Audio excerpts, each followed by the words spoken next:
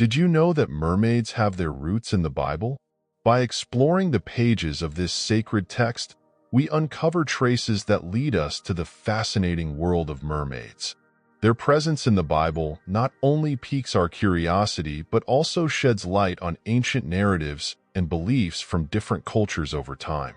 These beings have been documented in various ancient cultures, each giving them different names, yet all sharing a similar appearance.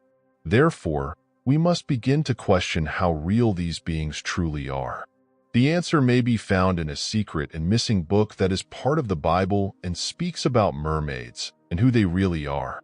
And don't forget, if you enjoy biblical content and want to see more fascinating topics like this, subscribe to the channel and leave your like. To understand, in 1947, 2,000-year-old biblical scrolls were found in a cave in Qumran on the edge of the Dead Sea, marking a significant milestone in biblical and archaeological understanding. These scrolls are known as the Dead Sea Scrolls. These ancient scrolls contain the biblical text we know today, including the book of Genesis and the book of Isaiah. Among these ancient scrolls found in Qumran, one book stood out for its absence in modern versions of the Bible, the Book of Enoch. This book fills gaps and offers a unique perspective on various themes that are not fully explored in the traditional Bible. By exploring topics that were not fully developed in the canonical texts, such as the origins of mermaids, the Book of Enoch sheds light on lesser-known aspects of Judeo-Christian theology and mythology. It is worth noting that Enoch is a biblical character, Noah's great-grandfather, and his book is linked to the biblical narrative and is very important. And the Bible is indeed missing this book, the Book of Enoch. Although, as a Christian, your mind may be accustomed to the current books of the Bible as the only truth, understand that the Book of Enoch was found with the same books in the current Bible, and those in power decided to remove this book from the Bible. This does not mean that the Book of Enoch is less important. In fact, it may mean that it is more than we thought. Now, let's see what the Book of Enoch has to say about mermaids. The Book of Enoch speaks about a group of mysterious beings, and these beings are what we today call mermaids. The text mentions the Watchers. According to this narrative, the Watchers were celestial angels sent by God to watch over humanity and maintain divine order on earth. However, attracted by the beauty of human women, these angels fell into temptation and decided to descend to earth to unite with them. This union between the Watchers and human women was considered a grave transgression against divine will. As a result of this profane act, a series of catastrophic events unfolded. The Watchers were punished and imprisoned in a place known as Tartarus. The giants resulting from this union, the Nephilim, were destroyed during the flood, and the human women who united with the Watchers were cursed. The curse of the women who united with the Watchers is a particularly dark aspect of this narrative.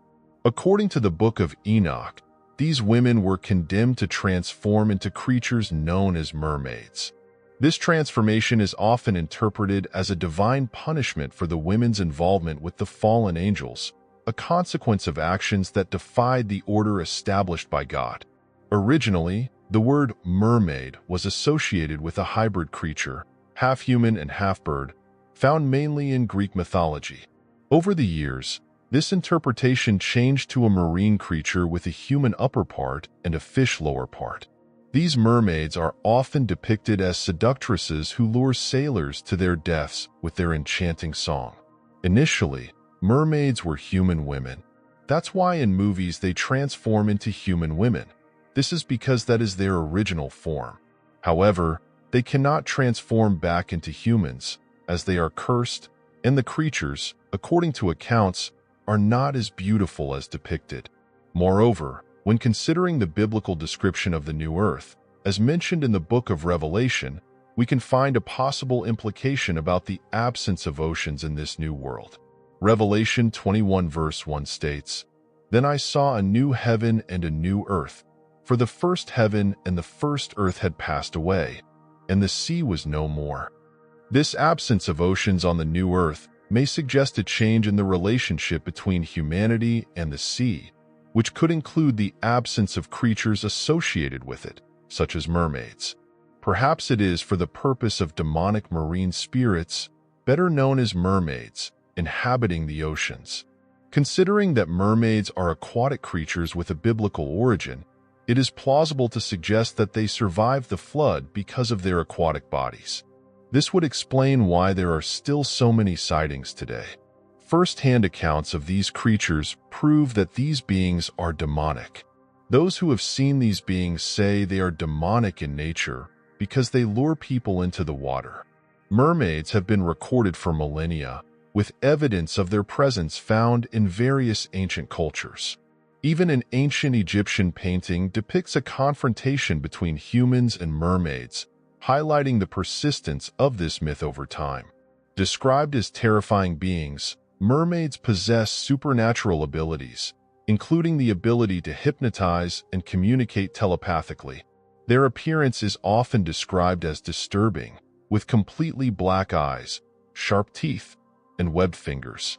I think that if these creatures have been documented for millennia in various cultures around the world, even in such an important book of the Bible as Enoch, we cannot know if this is just a myth. Leave your comment with your opinion and tell me if you have any stories involving mermaids, even from family members or acquaintances.